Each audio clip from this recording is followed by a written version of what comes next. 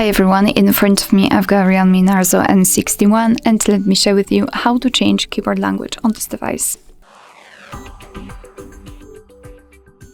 So let's start with opening the app which will provide you with the keyboard. So for example, messages, notes, browser, whatever, just have the keyboard on the screen, like here. And all you have to do is to enter the settings which are in this upper panel. So let's tap on this icon and tap on languages. And here we've got the list of all currently applied languages. We've got only one language applied, so let's tap on Add Keyboard. And here we've been transferred to the full list of available keyboards from which we can choose. So as you can see, we've got plenty of options to choose from. You can scroll to find the language or simply enter the name of it in this searching panel, so it's up to you. After finding it, simply tap on it.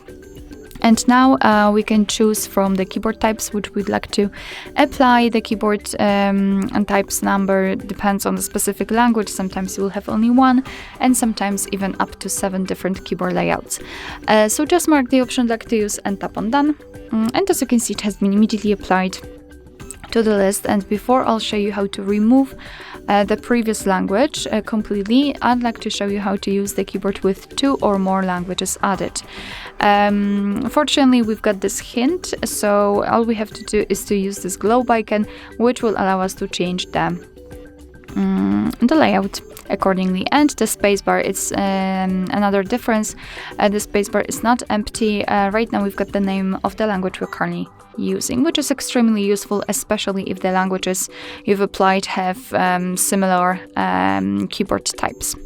Alright, so now let me show you how to remove the language. Simply enter the settings again, enter the languages, and here in this section we have to tap on this edit icon in the right upper corner, mark the language we want to remove, and tap on the trash bin icon, and we've got only one language applied. Alright, so that will be all. Thank you so much for watching. I hope that this video was helpful, and if it was, please hit the subscribe button and leave the thumbs up.